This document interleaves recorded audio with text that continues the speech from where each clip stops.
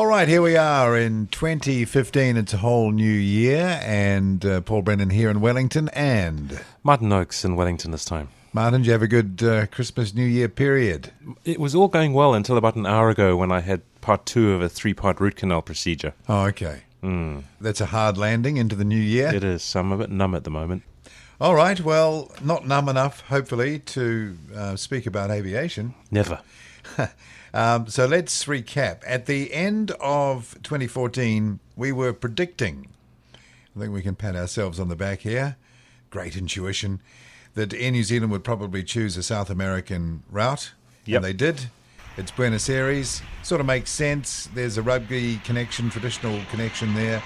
The aircraft seems will be available, 777-200s, and we even made the point that it may not be the Dreamliner. Turned out not to be. The interesting thing is that it's still a whole year away, so that's quite a way. Mr. Luxon of Air New Zealand is saying that a good deal of the traffic, a third of the traffic, will come from Australia, 10% from Asia. We've always said that we thought more would come from Asia. Well, I guess that comes down to how well Singapore Airlines market the connections, eh? Right, but there's got to be growth potential there. I think that's where they're hoping that the growth is going to come from. So, what do you reckon? Buenos Aires makes sense. They're saying that Aerolíneas Argentinas will provide domestic and regional connections from there, but they're not part of the Star Alliance, are they? No, which is a real pain. So they're a Sky team. For frequent flyers, if they can get there via LA with United, they will. Really? Yeah, they will, because of the whole air points and status points thing. It never works cross-alliance. It's always a nightmare. Wouldn't it have been a smarter move to go into Brazil? Because then you're connecting with, what's that, Gol Airlines, huge, and TAM, and they're massive. Yeah. They go everywhere in the continent and beyond. Yes, Argentina kind of surprises me. But again, I'm not sure how many Kiwis need to get to Argentina all the time. Maybe it's a whole bunch. I don't know. But in terms of South America and up-and-coming nations and very busy countries, I would have thought Brazil would have been higher on the list. But hey, there you go. Mind you, you've got an Argentinian community in Australia, and that underpinned Aerolíneas Argentinas services, which are now no longer exist. So that traffic, that's still there for the taking. Yes. They know that, obviously. So that's when he's talking about a third from Australia. He's probably talking really about that. And there's no competition. No, I mean, that's and Air New Zealand's stated aim has always been to take routes with no competition where they can. And that if you want to get to South America, there's no competition to Argentina at the moment. So, yeah, well done. I wonder what that says about how long they're going to have the 777-200 in the fleet. Yes, that's interesting. They're going to have a lot of planes come the end of next year, aren't they? Yeah, well, and I see let's talk about that. They've signed up for another 2 787-9s. So that's 12 from what I can make out. That's quite a total. That is. And how many 777s that they got? I think they got, about 15 all up, mix of the 200s and 300s. Yeah, so that's 27 potentially long-range aircraft. They'll still have some of the 767s left, so they're getting quite a large fleet. Yeah, and then there's the A321 Neos to come. Yeah. And that pretty well soaks up the whole Pacific, doesn't it? It can do, yeah. So we were right to predict the South American destination for Air New Zealand. Another prediction that you sort of made when we started talking about PC-12s for picking up the services that Eagle Air are moving out of with the Beech 1900s. What do you know? Yeah. What do you know? They're listening to us. My favourite plane is going to be doing 13 return flights a week between Westport and Wellington starting in April sometime. Now, that is a PC-12. I think they're bringing it in from the States. Yep. And it's Sounds Air. They already operate single-pilot IFR flying all over the place. They're familiar with the PT6, albeit not quite that model, but same architecture. It's not a huge leap for them. Makes perfect sense. And this must only just be the beginning, surely, for Absolutely. These very small routes for that aircraft. It's a great pairing. So it's a 9-seater. They'll whisk you in air-conditioned comfort from Westport to Wellington in 40 minutes for $199 each way. Yeah. That's pretty good. 18,000 feet, pressurized, close to 300 knots. Yeah. Not bad. Not bad at all. That's a better service than you're getting now. It'll be sort of, almost business class service. Cheap to run, so you wonder if they don't start, a tack on from that might be drop everyone off in Wellington, fly over to Paraparam, pick up a load of passengers, take them to Christchurch. It could be very interesting. Isn't it also an interesting regional developing instrument too? You don't need to go via main centres. You could start doing point to point, very provincial routes like Whakatane with Wanganui. It's a very interesting development, and it'll be very popular with the passengers, I think.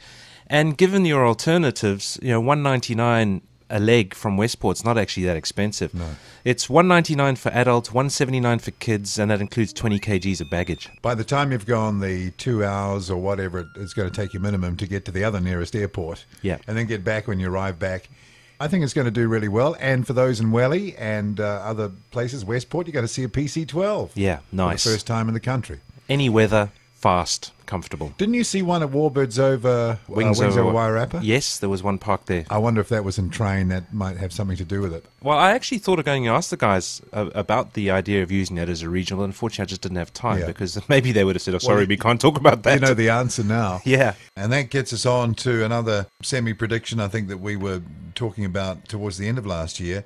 Would Airbus go to the long-range A321, therefore taking advantage of that so-called 757 space with the Neo engine and efficiencies, and that's exactly what they've done. It is indeed. It's a big deal. Airbus are forecasting up to 1,000 sales of this aeroplane. Realistically, it'll take 160 to 180 people in 2 class with business class, lie-flat seats, sort of 35 to 3,800 nautical miles. Well, that's a lot of city to cities in the that's an awful lot northern of hemisphere over that Atlantic. Actually, in particular, compared to how the 757-200 is currently used, it has more range and a little bit more payload. And no competition again. No competition. Nothing in its class. No, and interestingly enough, you can get up to 240 people in it if you want to limit yourself to sort of 3,200 miles and below. Now, if you're at one of those holiday airlines in Europe, currently flying around in 757s, that's got to be a very appealing plane. Yeah, and also with fuel going to the price that it is. Yeah. This could bury all those 767-300s. Airlines running very efficient planes will be making a ton of money because let's say fuel makes up 20% the cost of a flight, fuel's halved, so that would say 10% of the cost of a flight. Flights should then come down 10%, and they're not going to, are they? No. They're probably going to stay where they are. But if you've got an A321 long-range Neo with, let's say 200 passengers on board doing a 4,000 or 3,500, 800-mile international sector, compared to 290 on board your 767-300, you know where you're going to make the money, and don't it's probably going to be at least 20% cheaper to run than a 76. Well, maybe even more than that. Possibly. Way more than that, in fact, with, 2/3 of the load. Yeah. No, it's going to be very interesting, and Airbus have, they put themselves in a very good position with that plane.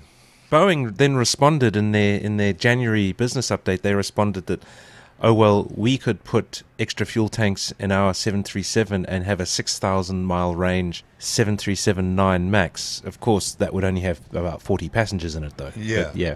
So you'd be looking at Iceland Air. You'd be looking at Aer Lingus would be a customer for that. Surely, obviously, American Airlines. Yes. For services that currently they operate 757s for. Also United, they do the same. Yeah, Hawaii to places further east in the States, eastern seaboard to Europe, northern Asia to northern Europe, that fits. Yeah. Australia to all points in the Pacific. And same for New Zealand. And same for New Zealand. Yeah. Yeah. I would imagine, I wouldn't be surprised if Air Ethiopia took things like that, because that's a lot of people. You can go to India, you can go further west. It's going to be very interesting for a plane that keeps getting better. And no competition. It has it all to itself. Yep. Bring back the 757 line. Well, and they say, the 757, the reason it's becoming uneconomical is not because the plane itself is particularly uneconomical, it's because it's difficult to get parts for those engines. Yeah. They're out of production. We'll get on to the A350 going into service in just a moment, but another bit of Airbus news is the heavy version of the A330 flies. Delta is the launch customer. How history has a habit of flipping around. That looks like a winner as well. Yeah, 242 tons. So the Airbus A330-300, when it came out, was a sub 4,000 mile range plane, right? Yeah. Now it's approaching 7,000. Yes. with very little outward changes. They've been able to wring everything out of that.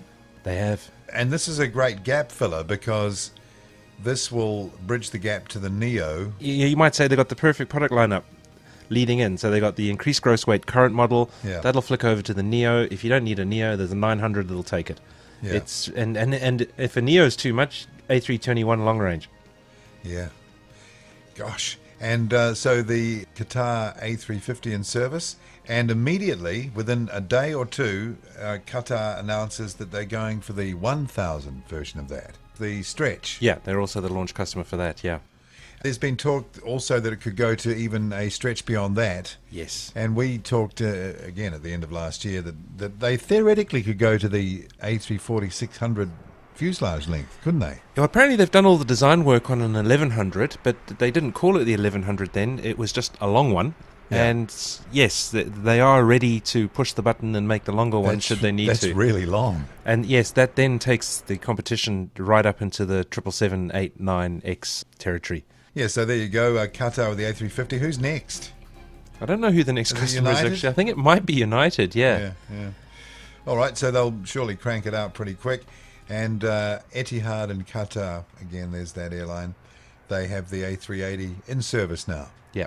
So, and some of those airports like Heathrow and LA, you're seeing a lot of You're seeing a lot of A380s coming through. In Auckland, you're seeing a lot of A380s now, aren't you? Incredible, isn't it? Yeah. What else? KC-46 flies. First one flies. Yeah. It's all Back to the Future. 767-200 flies again. At Boeing, they'd be thinking, we can't believe we've got this much earning out of this thing. It's so old. It's like bringing a 1980s car back to life. So what is it? It's the 767-200 fuselage and the 767-400 cockpit. Essentially, it's circa 1979. Yeah. Really? That's what it is. Yeah. Well, let's call it late 80s. It's got a glass cockpit. A nice one. But still, fundamentally, it's the structure, yeah. It's back in that other, like I say, Back to the Future. Back home, it's been a bit of talk about what should replace the C-130s for RNZAF. I've always thought the A400 myself. Pricey, but very capable. You don't worry about price in this So situation. I think there's three options. There's the A400, which I don't think anybody's taking seriously apart from us. For a tactical airlifter or for something a bit smaller, there's the KC-390 from Embraer. Yep, which we've covered that before. And interesting because it's got the International Engine Alliance V2500 engine, as do the Airbuses, or the current Airbuses, the classics. The A400 is an Airbus product, so the fly-by-wire and everything won't be the same, but it'll be very similar, so the personnel would be qualified to operate on it. There you go. So those two options. The other option is, of course, to take some of the whitetail C-17s that Boeing have built. And I suspect that's the one they'll want to be going with because it's really cool to own C-17s. Yeah. You belong to the first-rate nation status if you have C-17s. That's how you can tell. Yeah, because the Poms have got it, the Canadians have got it, the Aussies have got it. New Zealand, whether they'd get enough to actually make it useful, because... Well, what would you do with it day in, day out? I don't know. You wouldn't need that much capacity, would you? Because you'd probably have 3 or 4 A400s and 3 or 4 KC-390s, Embraers, and you'd probably use the Embraers most of the time. Probably. Yeah. Yeah. The A400 would be for long-range sort of regional tasks where you got to land on coral. Yeah, disaster relief. And you might do a deal there with the Aussies to say, listen, why don't we form a joint squadron or something and operate them with you, because you probably also don't need the C-17 all the time, and you probably often need something bigger than a Herc. Yeah. They do have a big country, of course, so they sort of need to be able to move big loads long ways. We don't sort of have that, but I just like the whole prop thing. I don't know why. Yeah. It's jet speed almost, and always more reliable, isn't it? And apart from the Tupolev 95, they are the most powerful There you go, yeah. in service, and depending on how you measure power, they might even be considered more powerful than the props on the turbines on the So a Tupolev mix of 95. A400s and KC-390. That's big. Much bigger than you think. Yeah, right. Yeah. Yeah. Yeah, it looks very capable. It does. A crash. Oh, my God. Air Asia, the low-cost carrier. This is the Indonesian subsidiary, is it? I guess it is. Yeah, it's one of the group, the group. members of the group, so to speak. Yeah. Subaya to Singapore flight. They weren't licensed to fly on Sundays. That's irrelevant. Apparently. That's so irrelevant to what happened, of course. Yeah, and they've been doing it for months, so, gee, who knew? The cockpit voice recording is revealing alarms going off all over the place. It looks like a Air France 447 deal, doesn't it? Yeah, I mean, they were pretty high, and at one point the instruments, or the black boxes told them that they were ascending at 1,800 meters a minute. And that's climbing. That's climbing. At that altitude. At that altitude. It's not right. Something completely wrong with that. I think that's where it came all unstuck. So it looks like something weather-related? Highly likely. Lots of thunderstorms, severe turbulence in the area. He requested a track change, didn't he? Yeah. But they gave him an altitude change. Trying to get over the top of something, didn't quite get there. Yeah. Coffin corner, maybe? Yeah. Wind shear took him out. Yeah. Frozen into indecision. Yeah. Misunderstanding of modes. That sort of weird counterintuitive thinking that happens in an automation, a web of automation, you know? Yeah. And never recovered. So theoretically, understanding all the options and everything, but when it actually happens, when confronted by the fact that everything is going bad, just not being able to cope. Yeah. That's right. Yeah. And getting into a situation where, there is no recovery. So what does that do for AirAsia? Oh, well, they're huge. They just carry on. Truck on. I mean, they handle it a lot better than the previous accidents were handled. They were as open as they could be. They, you didn't hear about relatives complaining. And Fernandez was very contrite, wasn't he? Yes. Very contrite. And he fronted up immediately. Yeah. It's interesting, isn't it? He's from the Richard Branson School of Airlines, though, isn't he? Yeah. He used to work for the guy? Yeah, they're old associates. Yeah. Going back years. So we should know pretty soon. I think we will. If they have the flight data recorder, the voice cockpit voice recorder, they'll know. You'd expect within the next month or so, the first reports will be coming out? Are there instruments on the airframe that show strain? There are, aren't there? There are. Not so much instruments, but they are mechanical gauges. Would you look for those in the wreckage? You probably would, wouldn't you? They'll look at everything they can find, yeah. Yeah. All right, so watch that space. Speaking of Virgin and incidents, how was that 747 landing at Gatwick with the wing gear stuck up? And they landed on the body gear. Yeah. That was pretty cool. It was, but it wasn't the near disaster that the press were reporting. It was a 747 with one of its main gear jammed up, landing something which it is designed to do. Though he bounced it. He did bounce it. What was going on there? I don't know, but he bounced it quite a lot. And I'd have thought that the last thing you would have wanted at that point would be a gear half coming down and perhaps interfering with things. If the gear bouncing you'd want a dislodged greaser. it. You'd want a greaser. I would expect so. But maybe it was so light after getting rid of all the fuel and a bit gusty. Mind you, they had over 400 people on board with... Yeah, but still in terms of the weight of the fuel, that's not very much. Well, they would have burned every last bit off. You want to be as light as possible there. So maybe it's just an unfortunate zephyr. Yeah, caused them to bounce again. But it was okay. And no problem landing on the body gear with that one side disabled. No. I was quite impressed with that. So they can land on any combination of that, can't they? If it's not too heavy, even if the body gear stay retracted, it can still handle it on the other two mains, I think. Only just. Yeah. But, it was able to have enough elevation in the gear to keep the flaps, engines and everything on the affected side off the ground. Yeah, it was sagging a bit, but not much. Yeah. Even when it bounced and came back down, nothing scraped. No, I mean, the engines were still way off the ground. And the thing was flying within a few days after that, so must have been a sequence problem with the door or something. Take a hammer to it. Yeah. Have you seen those gear retractions, do them in the hangar?